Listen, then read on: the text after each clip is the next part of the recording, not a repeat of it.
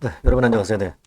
어저께 그 시간에서 급등을 했던 것과 달리 오히려 외인들 매도로 대량 매물이 나오면서 음봉 형태를 지금 현재 만들고 있습니다. 자, 지금 현재 외인들이 왜 이런 매매를 보일까? 네, 이 부분을 말씀을 드리고요. 그리고 지금 현재 그 리버 캄넬리주맙의 CMC 실사가 완료가 됐는데 이거는요, 여러분, EIR이 뭐가 나오겠느냐? 이게 제일 중요하다고 저는 보거든요. 네. 이 건과 관련해서 제가 견해를 말씀을 드리도록 하겠고요. 네. 자, 그렇게 한번 하겠습니다. 네. 오늘 뭐 급작스런 급락에 상당히 이제 놀라셨을 것 같은데, 한번 차근차근히 한번 살펴보는 시간을 가져보도록 하겠습니다. 그리고 영상 후반부에는 매집주 한 종목 말씀을 드리고, 그렇게 하겠습니다. 구독, 좋아요, 알림 설정 대단히 감사합니다. 앞으로 좋은 영상 더욱더 매진하겠습니다. 자, 여러분, 지금 외국인들이 과연 이렇게 매도하는 이유가 뭐냐? 네, 여러분들이 이제 그게 제일 궁금하실 거예요. 외인들이 지금 현재 뭐 예를 들면 리버 캄넬리주맙이 OAI를 받기 때문에 매도를 미리 정보를 알고 한 것이냐? 이건 아니에요. 네, 이건 아닙니다. 제가 볼 때는 CMC 실사건에 대한 이제 소식이 들려오면서 경미하지만 세 가지 건 지적받은 거, 네, 이 부분에 대해서 상당히 델리케이트하게 움직였다 이렇게 봅니다. 네, 그러나 이 경미한 3건에 대한 부분은 이따가 제가 후반부에 말씀을 드릴 건데 외인들의 매도는 여하튼 이런 건이 좀 작용이 된 것이다 이렇게 좀 보이고요. 네. 다른 특별한 어떤 배경이 있다라고 봅니다. 뭐 예를 들면 승인이 거부가 돼서 OAI로 EIR 평가 보고서가 나와서 네, 그것이 결국 매도를 했다. 저는 그렇게 보고 있지는 않습니다. 만일 그런 상황이 된다고 한다면은 이 정도 낙폭으로 그치지 않고요. 더 큰 낙폭이 나오리라고 저는 봅니다. 자, 이 부분으로 제가 풀어서 말씀을 좀 드리겠는데 일단 여러분 이거 생각해 보세요. EIR 보고서가 이제 나올 때 NAI하고 그리고 VAI하고 그리고 실패로 생각할 수 있는 OAI로 이렇게 나뉘지 않습니까? 쉽게 설명해서. 다만 이번에 경미한 세 건이 지적당했기 때문에 이건 NAI는 아니죠. 그죠? 그렇다면은 VAI나 OAI인데 OAI로 볼 수도 없어요. 당연히. 네, 왜냐하면은 실사 종료가 여러분 블로그 공지글에 봤듯이 1월 초라고 나와 있잖아요. 근데 1월 초에 그 실사 완료된 공지를 왜 1월 14일에 발표를 했느냐? 아무래도 그 HLB 측에서는 이것에 대해서 숙고하는 시간도 물론 필요했겠고, 그리고 항서 제약에서 막바로 그 CMC 건과 관련된 결과 이거를 일단 HLB 측에 통보를 해준 것은 아니다 이렇게 표현을 합니다. 이렇게 생각을 할 수가 있어요. 자, 여러분 이걸 한번 생각해 볼 필요가 있습니다. 뭐냐면 OAI 여부를 판단하는 것은 실사 종료 이후에 30일 이내에 통보받게 되었어요. 그죠? 근데 만약에 이번에 심각한 결과가 나왔다고 한다면 정확한 OAI 여부를 통보받기 전까지는 HLB 측에서 공지를 하지 않았을 것이다. 그리고 항서제약에서도 HLB 측에 이렇게 연락을 하지 않을 수도 있다. 뭐 했다 하더라도 좀 일단 다른 식으로 HLB 측이 이제 공지를 안 하는 쪽으로 이제 갈 수 있겠죠. 그죠? 그렇게 볼 수 있지 않나 싶어요. 만약에 폼 483이 발부가 돼서 심각한 지적사항이 나왔다고 한다면 그거는 종료 시점에 실사 종료 시점에 나오는 건데 그걸 알리지 않았다는 것은 OAI가 될 가능성은 전무하다는 거. 네, 이렇게 저는 생각을 합니다. 그죠? 네. 그러니까 폼 483의 발부 여부는요. 실사가 딱 끝났을 때 하는 거거든요. 끝났을 때 발부가 되는 거거든요. 네. 그렇기 때문에 지금의 정황으로 봐서는 폼 483이 발부가 안 된 것으로 보는 것이고 그리고 OAI로 보지 않는다는 거죠. 그걸 생각해 봐야 될 겁니다. 자, 그렇기 때문에 여러분들도 잘 아시다시피 여기에 경미한 세건이라고 표현을 한 거예요. 그죠? 네, 경미한 세건이라고 표현을 한 겁니다. 네. 자, 그 부분을 생각할 필요가 있지 않나 이렇게 생각이 듭니다. 그러니까 NAI 가능성은 없고 OAI라고 볼 수 있는 그런 건의 상황이 아니었다고 보고 그러니까 궁극적으로는 그렇기 때문에 이 중간 형태인 NAI를 받았을 가능성이 많겠다. 이렇게 봐야 된다는 겁니다. 그죠? 네, 저는 그런 말씀을 좀 드리고 싶어요. 특히 그 OAI 정도 받았다고 한다면 주가가 이 정도 낙폭으로 끝나질 않아요. 거의 한가 근처까지 밀릴 겁니다. 네, 이걸 여러분들 포인트로 잘 보실 필요가 있다. 이렇게 생각이 들고 그리고 여러분들 가만히 보시면 그 항서제약 같은 경우에 주가 추이를 좀 보셨습니까? 네, 항서제약 같은 경우 자, 이런 식으로 1월 14일에 급등을 했던 부분 우리가 분명히 목격할 수 있는 부분입니다. 네, 요것도 여러분들이 참조해서 생각하실 만한 요인이다. 네, 저는 그걸 말씀을 좀 드리고 싶은 겁니다. 네, 항서제약 주가도 우리가 참조를 한번 해볼 필요가 있다. 요 생각을 말씀을 드리고 뭐 이것이 크게 중요하진 않겠지만은 그러나 참조를 할 필요가 있어요. 그렇게 말씀을 드리고요. 그리고 지금 현재 상황으로는요. 요걸 생각해 봐야 됩니다, 여러분. 1월 초에 실사가 완료가 됐는데 여러분 그때 이후에 엘레바 영업사원 모집한다는 건의 공지가 나왔죠. 자, 이거는 잘 돼가고 있다는 증빙으로 우리가 분명히 볼 수 있는 물증입니다. 그죠? 회사는 승인이라고 확신하고 일한다고 봐야 되겠죠. 그리고 뭐가 있었습니까? 진 회장의 HLB 제넥스를 추가 매수하는 그런 건의 재료도 나왔었지 않습니까? 그죠? 네, 이런 것들을 우리가 살펴볼 필요가 있어요. 만약에 OAI라고 한다면은 이런 행위를 할 이유가 없는 거예요, 여러분. 네. 그걸 잘 생각해 보실 필요가 분명히 있지 않다. 분명히 있다. 이렇게 말씀을 좀 드리고 싶은 거예요. 그죠? 네. 그리고 여러분 이걸 생각하셔야 돼요. 예전에 그 CRL 받았을 때 그때 항서제약의 지적사항은 한 10개 정도 됐었던 게 팩트입니다. 네, 10개 정도였어요. 조금은 이제 껄끄러운 것들도 있었고요. 네.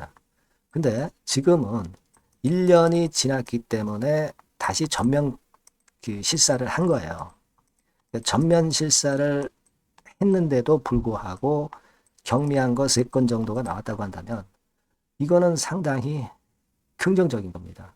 그죠? 네, 앞으로 우리가 긍정적인 결과를 충분히 얘기를 할 수가 있는 거예요. 전면 실사를 했는데 경미한 거 3건이 나왔다 이거죠. 예전에 했을 때는 10개, 경미하지도 않은 건 포함해서 10개였거든요.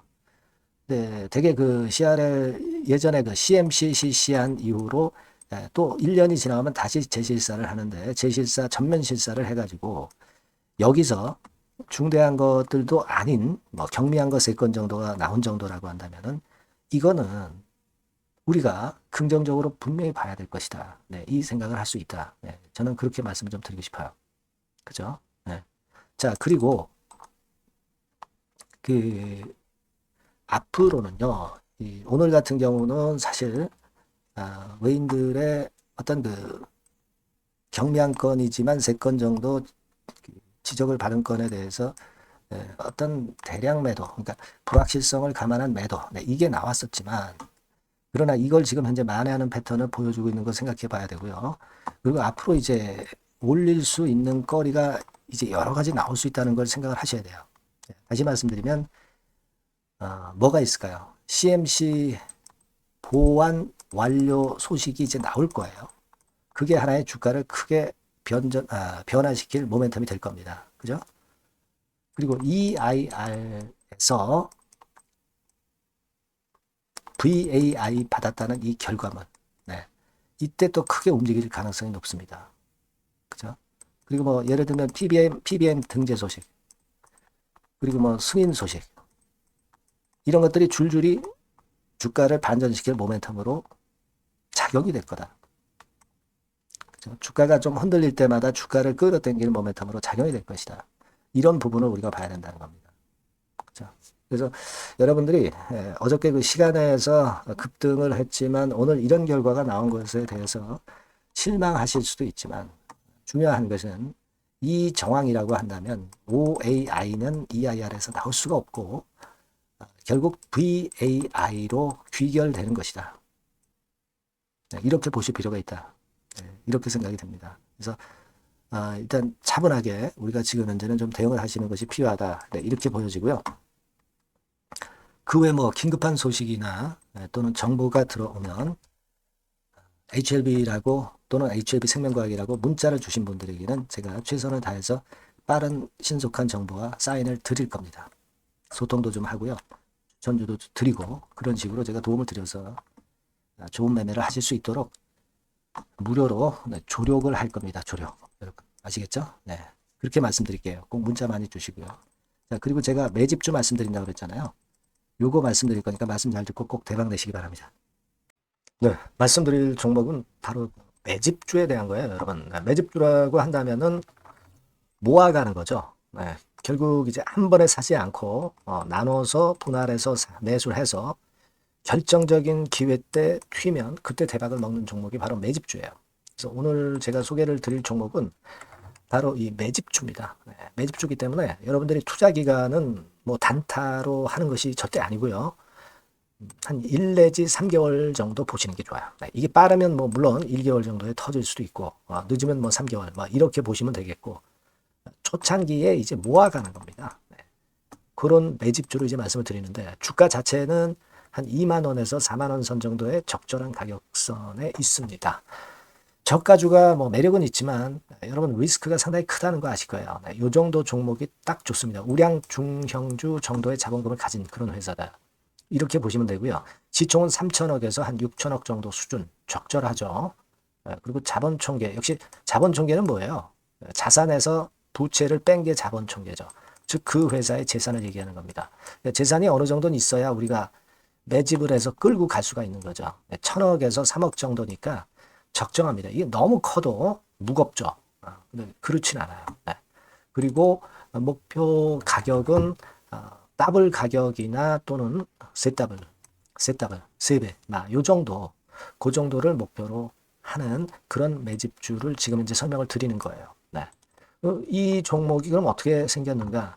주봉 주가 차트부터 한번 보면은요.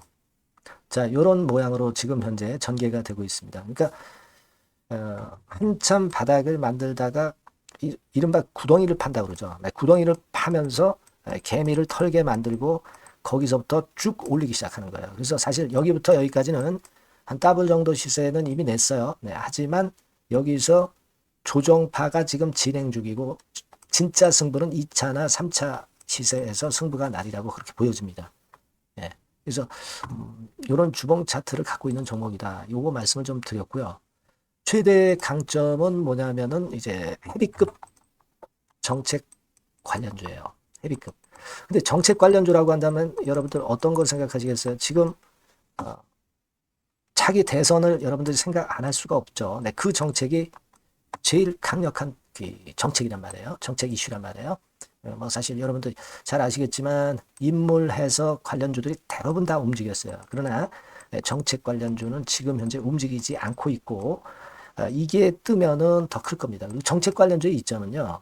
인물 테마의 강도가 죽으면 바로 제자리 가지만 정책 관련주는 절대 그렇지 않습니다. 조정을 받아도 큰 폭으로 아주 급등하지 않은 이상은 자기 자리를 잘 사수를 해요. 그러니까 좀 방어적인 이점도 있는 가운데 큰 시세를 기대해 보는 거예요. 요건과 관련된 헤비급 정책 관련주 대장이라고 저는 말씀을 좀 드리고 싶어요. 그겁니다. 그러니까 최근 시장 어렵잖아요. 최근 시장에 휘둘리지 않아야 될 거 아닙니까? 네.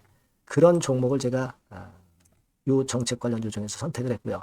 아까 우리가 본 대로 재무 실적이 역시 안정적이라는 거, 네, 이 부분인데요. 네, 여러분들께 이제 그림을 하나 보여드리면, 표를 하나 보여드리면, 연간 실적 같은 경우가 계속 영업이 꾸준히 잘 나고 있어요. 그러니까 보통 이제 테마주 그러면은 실적도 형편없는데 주가만 위쪽으로 크게 올리기 때문에 그 후유증이 엄청 크잖아요. 근데 요게 강점이 있단 말이에요. 그러니까 리스크가 전무하다는 얘기예요. 네. 요게 일단 강점으로 볼 수 있다. 이렇게 좀 말씀을 좀 드리고 싶고요. 그리고 여러분 제가 현금이 이 기업이 얼마나 있는가 이걸 한번 봤더니 네, 현금성 자산이 한 1,000억에서 3천억 정도. 네. 요 정도를 보유하고 있어요. 그러니까 아무런 하자가 없다는 얘기죠. 네, 아무런 하자가 없어요. 그거 우리가 꼭 생각하셔야 된다. 이 말씀을 좀 드리고 싶어요. 네. 그거 말씀을 좀 드리고 싶고요. 그리고 외인 기관 매매 같은 경우는 비교적 이제 안정적인 것을 확인할 수 있었어요. 이를테면 이런 정도 상황입니다. 지금 초록색이 기관이죠. 그리고 빨간색이 외인, 파란색이 개인입니다. 이 외인 기관 매매의 영향은 좀 덜 받아요. 그래서 외인이 사거나 팔거나 기관이 사거나 팔거나 그렇게 크게 영향을 안 받습니다. 이 외인 기관 매매는 우리가 중점 변수로 보지 않으셔도 되는데 그렇다 하더라도 외인 기관 매매가 상당히 안정적이라는 걸 확인할 수 있고요. 특히 최근에 기관이 순매수 강도가 엄청 셉니다. 요거는 나쁘지 않은 거죠. 외인 기관 매매는 너무 신경을 안 쓰시되 지금 현재 동향도 괜찮다 이거예요. 네, 그겁니다, 여러분.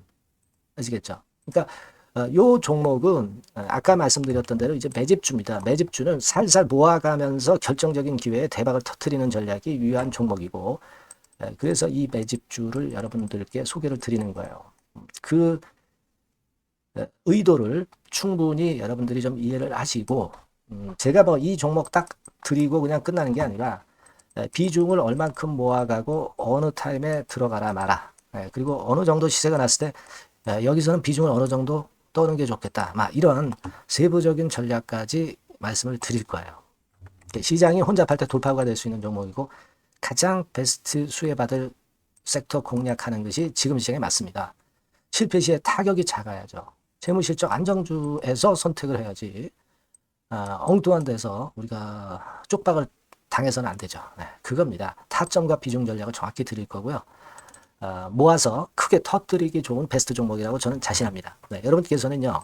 이 번호로 매집주 이렇게 문자 주시면 제가 자세하게 그리고 확실하게 케어를 하면서 끌고 갈 말씀을 드리도록 하겠습니다. 여러분들 꼭 참여하셔서 대박 내시기 바랍니다. 매집주라고 문자를 주세요. 아시겠죠? 네. 여러분 감사합니다.